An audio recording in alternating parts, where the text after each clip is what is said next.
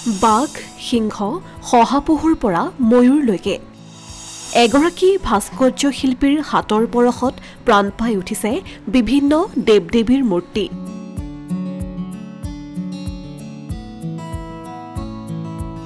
জীৱন্ত ৰূপ দিয়াৰ চেষ্টা প্ৰতিমূৰ্তিসমূহত।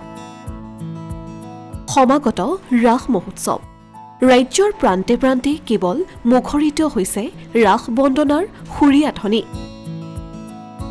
ৰাস মহোৎসৱত প্ৰদৰ্শন কৰা মৃন্ময় মূৰ্তিসমূহৰো আছে এক সুকীয়া মাদকতা। বহু সুনিপুণ শিল্পীৰ মূৰ্তিসমূহ প্ৰদৰ্শিত হয় ৰাস বা ভাওনাস্থলীত। চতিয়াৰ এইসকল শিল্পী ব্যস্ত হৈ পৰিছে ৰাসৰ মূৰ্তি নিৰ্মাণত। ৰাস মহোৎসৱ চলি থকাৰ সমান্তৰালকৈ এইসকলে নিৰ্মাণ কৰিছে বহু আকৰ্ষণীয় মূৰ্তি।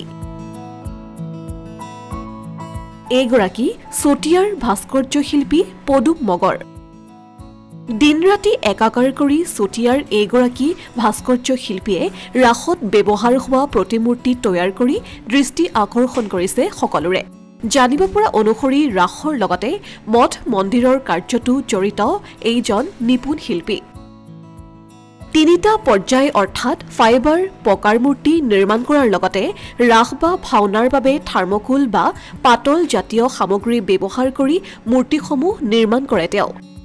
4 বছৰ পূৰ্বে কলিকতাত মূৰ্তি নিৰ্মাণ কৰাৰ শিক্ষা গ্ৰহণ কৰাৰ লগতে মৃন্ময় মূৰ্তিও নিৰ্মাণ কৰাৰ বিষয়ে জানিবলৈ দিয়ে। আমাৰ এয়া ৰাসৰ কাৰণে বনাইছোঁ আমি। এয়া বিভিন্ন ধৰণৰ আমি প্ৰতিমূৰ্তি বনাওঁ। ৰাসলৈ আমাৰ ৰাসৰ কাৰণে বনাইছোঁ। ৰাসৰ কাৰণে বনোৱা 2-3 বছৰ হৈ গৈ আছে। বিশ্বনাথ চাৰিআলি গোটেই অঞ্চলবিলাকত গৈছে, আমাৰ চতিয়াৰো গৈছে। আৰু অকল মই ৰাসৰ বুলিয়েই নহয়, মই মঠ মন্দিৰৰ কাম কৰোঁ আৰু নাম সিংহ, গুৰু আসন সেইখিনি কাম কৰোঁ। আমাৰ ইয়াত 3টা ছিষ্টেমত মূৰ্তি তৈয়াৰী কৰা হয়। ফাইবাৰৰো হয় বনোৱা আৰু পকাৰো হয়।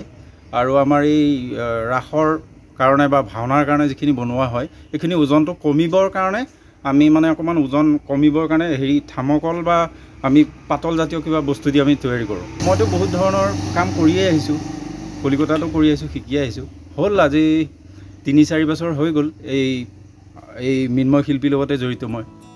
উদীয়মান যুৱক ভাস্কৰ্য শিল্পীগৰাকীয়ে তৈয়াৰ কৰা ৰাসৰ লগতে মঠ মন্দিৰত ব্যৱহাৰ হোৱা প্ৰতিমূৰ্তি বিশ্বনাথ, তেজপুৰ, গহপুৰ আদি স্থানলৈ নিয়া হয়। ইফালে পৰৱৰ্তী সময়ত তেওঁৰ এই ক্ষেত্ৰখনৰ পৰিসৰ বৃদ্ধি কৰিবলৈ চৰকাৰৰ পৰা বিচাৰিছে সামান্য সহায়। চৰকাৰৰ ফালৰ পৰা তেনেকুৱা পোৱা নাই। মই ভাবোঁ যে মোৰো আজি যিহেতুকে 2-3 বছৰ হৈ গৈছে এই বিজনেছটো, মানে আমাৰ এই মৃন্ময় শিল্পীৰ লগতে মই জড়িত হৈ থকা। গতিকে মই ভাবোঁ যে আমি আমাৰ এই শিল্পীত্বটো অকণ ডাঙৰ কৰিবৰ কাৰণে, অকণমান বহলাই কৰিবৰ কাৰণে যাতে মানে চৰকাৰে অকণ সহায় কৰে আৰু আমি আশা কৰোঁ তেনেকুৱা ধৰণৰ।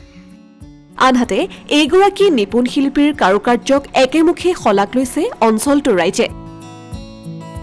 অসমীয়া প্ৰতিদিন ডিজিটেল সংবাদ, জামুগুৰিহাট।